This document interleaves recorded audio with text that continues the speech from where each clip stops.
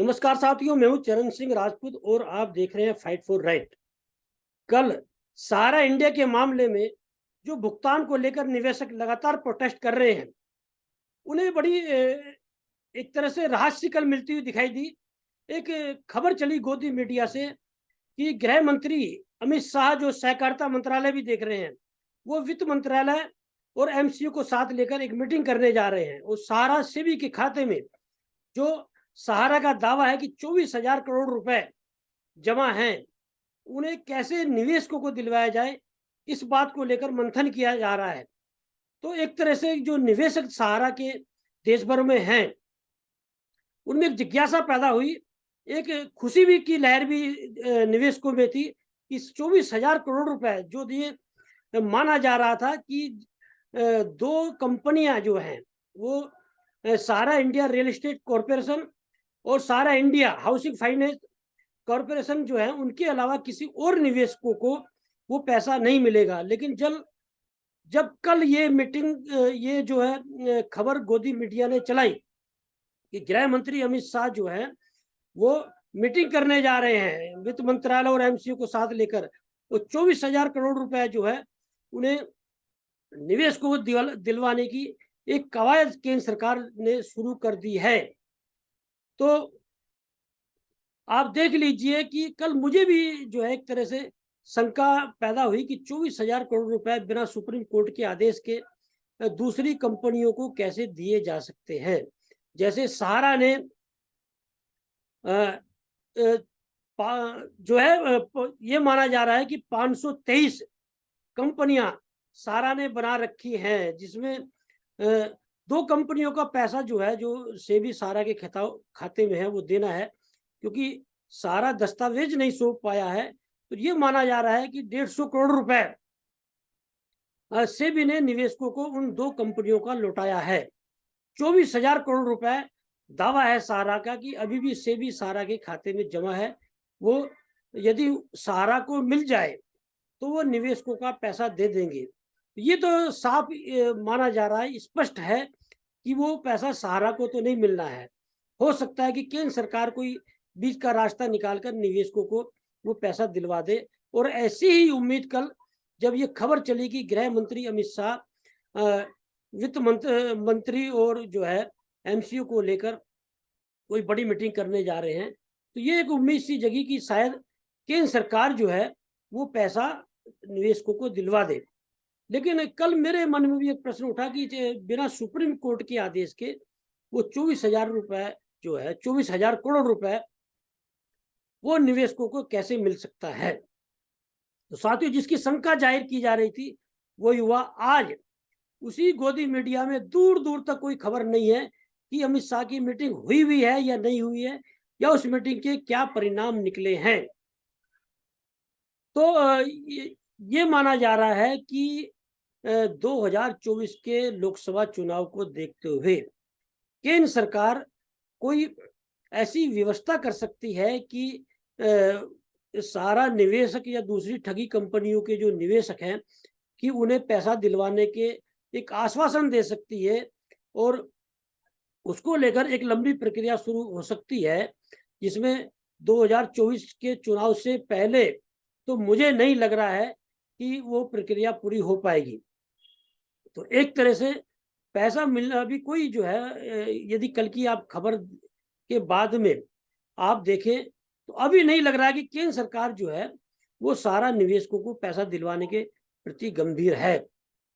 यदि गंभीर होती तो भारतीय जनता पार्टी, जिसके नेतृत्व में केंद्र सरकार चल रही है, वो जर जरा से मामलों को बुनाने लगती है। जैसे अभी सत्र भी चल रहा है, बजट सत्र में यदि सारा का ये मामला होता तो निश्चित रूप से भारतीय जनता पार्टी वहां संसद और राज्यसभा में भी इसे भुनाने का प्रयास करती, क्योंकि बड़ा मामला है देश में, विशेष रूप से सारा इंडिया का। और लोकसभा, एक तरह से लोकसभा में भी ये मामला उठ चुका है। तो कल जैसी शंका जाहिर की जा रही थी वही हुआ, और दूर दूर तक जो है सारा निवेशकों को या दूसरी ठगी कंपनियों को पैसा मिलता हुआ दिखाई नहीं दे रहा है। तो मैं साथ जो हमारे साथी भुगतान को लेकर आंदोलन कर रहे हो, चाहे वो ऑल इंडिया जन आंदोलन संघर्ष न्याय मोर्चा के साथी हो, चाहे वो ठगी पीड़ित जमाकर्ता परिवार के साथी हो, चाहे वो अखिल भारतीय जन कल्याण मंच के साथी हो या दूसरे संगठन हो, उन्हें अपनी जो है ये लड़ाई और तेज करनी होगी।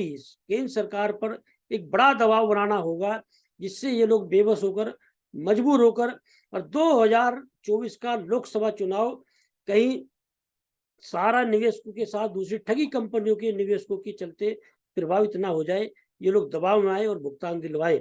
तो साथियों, निवेशक और जमाकर्ताओं से इस कार्यक्रम के माध्यम से मैं कहना चाहूंगा कि अभी लड़ाई बहुत लंबी है, लंबी लड़ाई लड़नी है और लंबी लड़ाई लड़कर ही भुगतान हो पाएगा।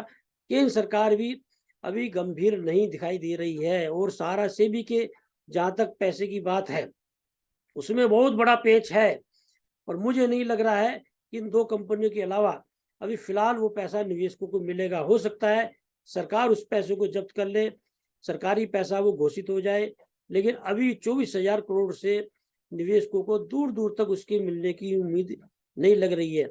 और मैं तो ये कहूंगा कि वो पैसा केंद्र सरकार, सुप्रीम कोर्ट और सेबी को बैठकर निश्चित रूप से निवेशकों को दिलवाना चाहिए, या सारा की संपत्ति को नीलाम देकर निवेशकों को पैसा दिलवाना चाहिए, क्योंकि बड़े स्तर पर जो है वो एजेंटों ने आत्महत्या कर ली है। जो निवेशक जिन्होंने पैसा जमा किया था, किसी ने अपनी बेटी की शादी के लिए किया था, किसी ने बच्चों की पढ़ाई के लिए किया था, किसी ने दूसरे किसी और कारोबार के लिए किया था।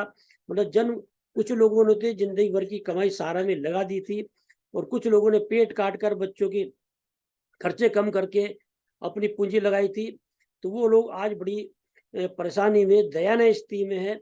ऐसे में केंद्र सरकार दूसरे तंत्रों को गंभीर होना चाहिए और जिस तरह से विशेष रूप से एजेंटों पर दबाव है और आत्महत्या कर रहे हैं, उनकी परेशानी को, समस्या को सरकार दूसरे तंत्रों को देखना चाहिए। लेकिन कल जो गोदी मीडिया में जो खबर चली थी और उसके बाद में कई यूट्यूब चैनलों भी चलाई, लेकिन मैं इसे गोदी मीडिया को जिम्मेदार मानता हूं कि कहीं कुछ नहीं है। कोई मीटिंग यदि हुई है तो उसे जिन लोगों ने खबर दिखाई थी उन्हें दिखाना चाहिए।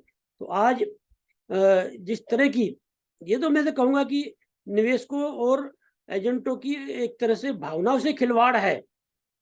जिन लोगों का पैसा डूबा है ठगी कंपनियों में, उनकी भावनाओं से खिलवाड़ किया जा रहा है इस तरह की खबरें चलवा कर। तो क्या ये खबर सारा इंडिया ने चलवाई थी? तो क्या खबर केंद्र सरकार ने चलवाई थी? जो निवेशकों और एजेंटों को भ्रमित करने की का कल जो है ये प्रयास हुआ और सारे निवेशक, सारे एजेंट और जो आंदोलनकारी है वो पूरी तरह से सक्रिय हो गए थे।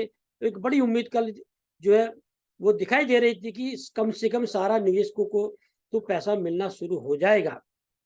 तो साथियों, जो सारा कंपनी के निवेशक है या दूसरी ठगी कंपनी के निवेशक है, फिर मैं कहना चाहूंगा लड़ाई बड़ी लंबी है, मजबूती से लड़नी है और निश्चित रूप से जिस तरह से लड़ाई जो है रूप लिया है, जिस तरह से लड़ाई ने बड़ा रूप लिया है, यदि आप लोग डटे रहे, निश्चित रूप से यही केंद्र सरकार भुगतान कराएगी। और जिस तरह से बट्स एक्ट के तहत लड़ाई लड़ी जा रही है, बट्स एक्ट जो है ये केंद्र सरकार ने ही बनाया है 2019 में और इसी सरकार ने बनाया है। तो इसके माध्यम से बड़ा दबाव सरकार पर बनाया जा सकता है। जैसे ऑल इंडिया जन आंदोलन संघर्ष न्याय मोर्चा लगातार प्रोटेस्ट कर रहा है, इसी तरह के दबाव बनाकर केंद्र सरकार को मजबूर किया जा सकता है। और इसी तरह से साथियों आंदोलन करते रहिए, निश्चित रूप से भुगतान मिलेगा। इस कार्यक्रम को हम यहीं विराम देते हैं। नमस्कार।